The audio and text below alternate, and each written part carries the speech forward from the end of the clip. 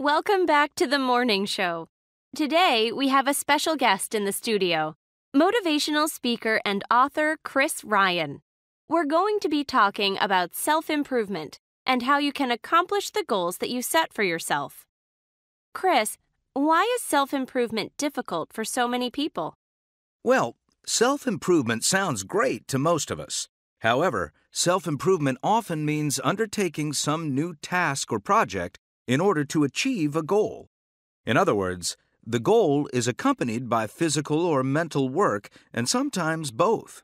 So, for instance, you want to get in better shape, but that might require daily exercise or changing how or what you eat. Whether it is financial, emotional, or physical self-improvement, it can be difficult to do the hard work required to accomplish your goals. And that's one of the prime reasons why people often fail to reach their goals. Right. So what can we do then? Well, you can begin by establishing a new paradigm for accomplishing your goals. The model that I recommend is Dr. B.J. Fogg's Tiny Habits program. The Tiny Habits paradigm makes self-improvement possible in 4 simple steps. Okay. I see that in your book, you've summarized the tiny steps. What is step 1? Okay. Well, tiny step number 1 is to make small changes.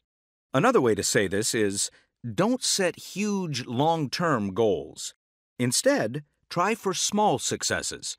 For example, rather than deciding to lose 18 pounds in a month, which would be a considerable undertaking, commit to eating less food tonight for dinner and doing some exercise tomorrow morning before work.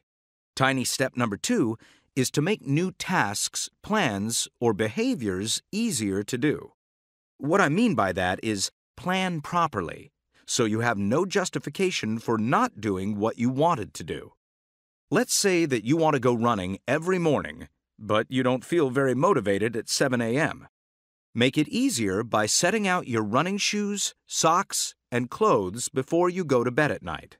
Have a water bottle and MP3 player ready to go, too. That's funny. I can't tell you how many times I didn't go jogging in the morning because I couldn't find my running pants.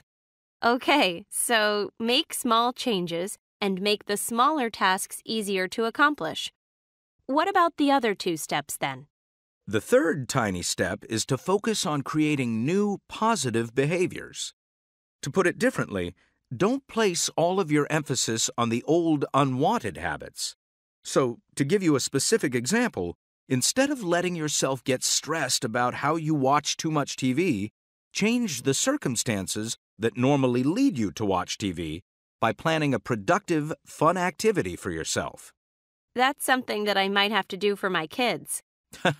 Yeah, I know what you mean. What's our final step? The last one is the easiest for some people and the hardest for others.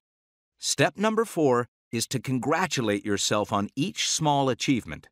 Tell yourself, "Good for me," or "I did a good job today." Praise often accompanies positive change. Noticing your small successes and giving yourself credit will help you to continue moving forward with your goals. And so, those are the steps that can help you accomplish your goals. Even though the steps are not exactly discrete from one another, it's still important that you follow all of them as you work toward reaching a goal. Okay, Chris. Thank you so much for sharing the Tiny Habits ideas with us. And please come back and see us again. You bet. Coming up next, we'll be discussing how to choose a new laptop that matches your needs and budget.